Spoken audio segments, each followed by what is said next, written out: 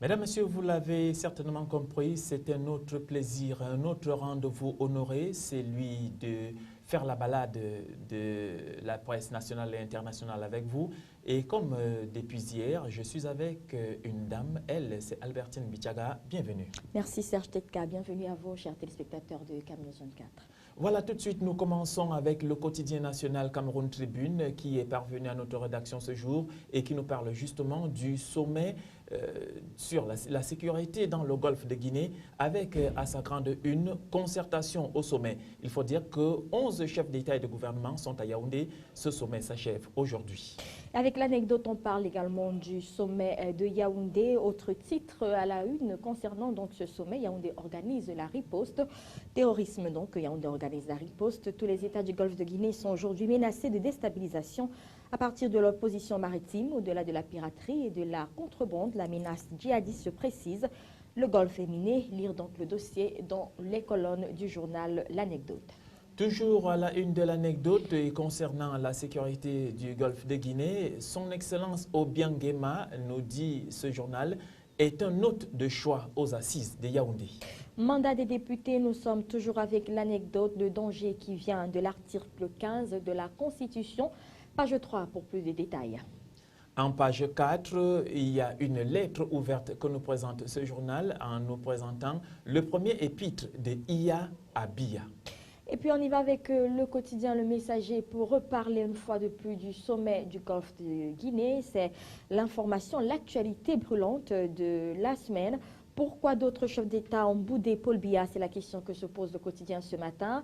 11 chefs d'État présents sur les 24 annoncés à Yaoundé. C'est le constat que fait le journal. Et puis Théodore Obiangema, comptez sur nous-mêmes pour garantir notre indépendance. C'est une citation. De Yaoundé à Douala, il n'y a qu'un pas et nous nous déportons tout de suite au JICAM qui dit que les performances du Cameroun n'incitent pas à la croissance, le cadre institutionnel et la faiblesse des infrastructures indexées. À retrouver également dans le quotidien Le Messager de ce jour une information relative à l'opération Épervier après son inculpation. Il y a Mohamed Debaltou, il s'agit donc de la lettre du directeur général de la Soviet-Coton au président de la République après le rapport du Conseil de discipline budgétaire et financière. C'est à retrouver en page 8 et 9 du journal. Dans le soleil levant, on parle environnement et la ville de Bertois est noyée dans l'insalubrité. La communauté urbaine est au front. Toujours du quotidien Le Messager, autre information, sensibilisation, les chiites appellent à un éveil patriotique. C'est un autre titre de la petite une de ce journal. Cheikh Hassan Sangou dénonce les formes de terroristes qui gangrènent la société. Les détails sont donc à retrouver en page 10 du quotidien. Et en pied de une, on parle aussi du golfe de Guinée. L'Afrique appelle les grandes puissances au secours. En fait, c'est le journal Mutation qui nous parle à l'ouverture du sommet sur la sécurité maritime hier. Les leaders de la CEAC et de la CEDEAO ont plaidé pour un soutien humain et logistique de la communauté internationale. Et le quotidien Mutation s'intéresse également ce jour au calendrier électoral. Avec cette information, les municipales et les législatives sont annoncées en octobre 2013. Information donc continue dans l'édition en kiosque de Jeune Afrique, page 3 pour plus de précision. Une information qui a souvent fait jaser dans le monde de la communication, il s'agit de la carte de presse et les mutants déclarent aujourd'hui que la commission de délivrance est en hibernation. Pour avoir d'amples informations, il faut lire le supplément com dans les pages 7 et 9 du journal Mutation. Et toujours de Mutation, une petite enquête donc sur la situation de nos marchés. Voilà pourquoi les feux dans les marchés, les branchements anarchiques parmi les causes du phénomène. C'est ce que nous dit le quotidien Mutation de ce matin, page 4 et 5, pour retrouver les résultats de cette enquête, de cette descente sur le terrain. Mutation nous parle aussi du feu à la FECAFOOT. Pourquoi le feu à la FECAFOOT? Tout simplement parce que Sepp Blatter soutient Iya Mohamed. Dans une correspondance datée d'hier, le président de la FIFA présente ses félicitations au président réélu pour le vote de confiance en sa faveur. Il espère s'appuyer sur son amitié avec le directeur général sortant de la Sodecoton pour améliorer la gouvernance au sein de la communauté footballistique. Avec le billet hebdomadaire Aurore Plus, on parle également du sommet dans le golfe du Guinée. La sécurité donc dans le golfe du Guinée peut être plus précise.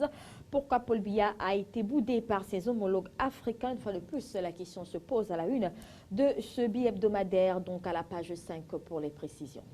Le journal de Michel Moussala nous parle d'exaction et nous parle du sénateur de Rey Bouba qui instaure une monarchie de fait au Cameroun. C'est en page 7.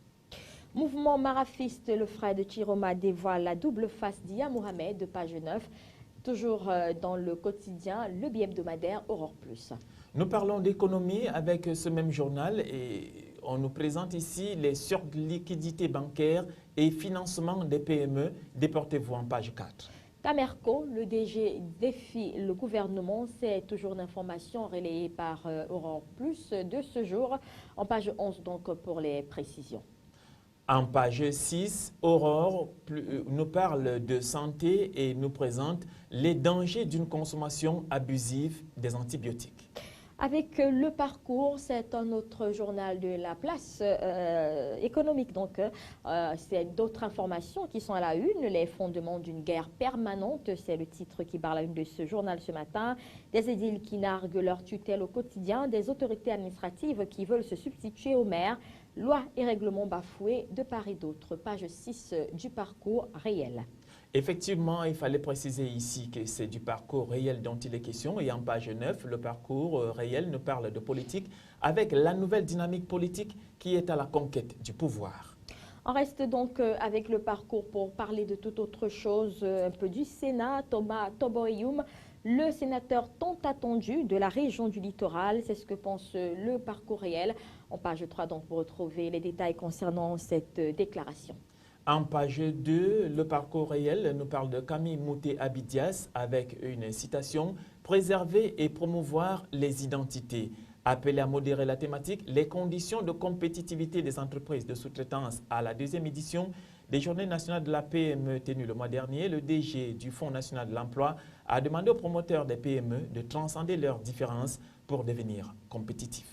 À la une donc, de cette revue de la presse également, on va parler d'un magazine, le magazine Queen, qui a consacré sa page à Petit Pays, Je cherche la femme. C'est donc une interview que l'artiste a donnée à ce magazine et il déclare chercher une femme, la femme de sa vie. Bien sûr. Et une autre information toujours contenue dans ce magazine, attention gigolo. C'est vraiment ainsi placé. Souvent à visage découvert, il rôde de plus en plus malin, guette d'éventuelles proies, dont vous. Toujours avec le magazine Queen, retrouvez également notre interview avec un autre artiste. Il s'agit de Coco Argenté cette fois-ci et son parcours en or selon le magazine. Donc, retrouvez ça dans les pages 17 du magazine Queen pour plus de précision et de détails sur cette artiste camerounaise. Voilà, et en page 20 plus précisément, on sait que la crise de l'emploi fait en sorte qu'il y a beaucoup de personnes qui recherchent du travail et ce magazine nous donne ici les rubriques d'un bon curriculum vitae. Achetez simplement le magazine et vous pourrez avoir tous les détails point par point pour un bon curriculum vitae. Et dans la rubrique beauté à retrouver, faites-vous des cheveux naturels, des mèches brésiliennes.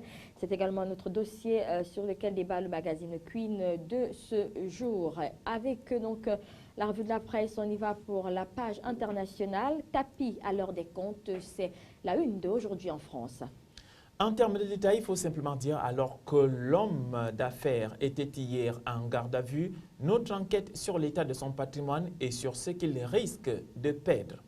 Des médicaments 2 fois plus chers que chez nos voisins, ça c'est la France qui le déclare. C'est donc l'autre titre du Figaro, non de Aujourd'hui en France. On pourrait économiser 10 milliards d'euros par an en baissant leur prix comme l'ont fait plusieurs pays européens, pensent donc les Français. Page 8 pour les détails.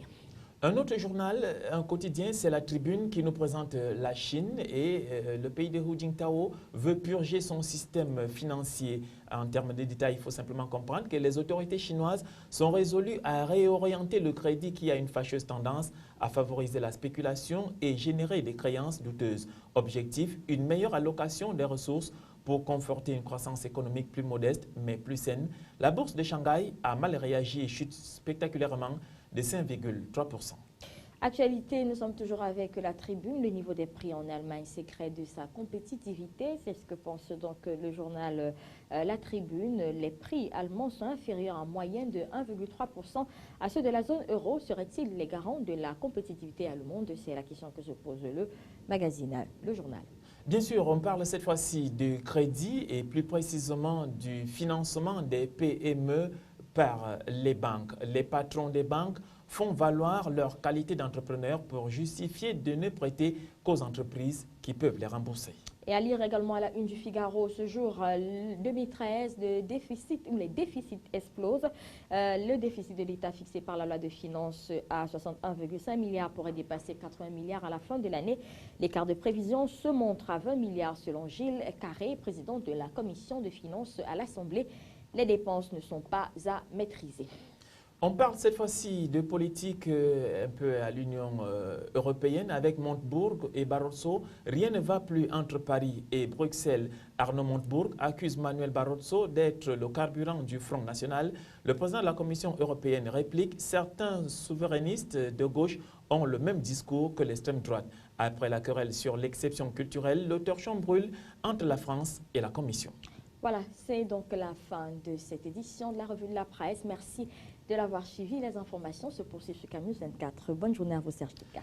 C'est le même souhait que je vous adresse, chère madame. Quant à vous, chers téléspectateurs, restez sur CAMnews 24.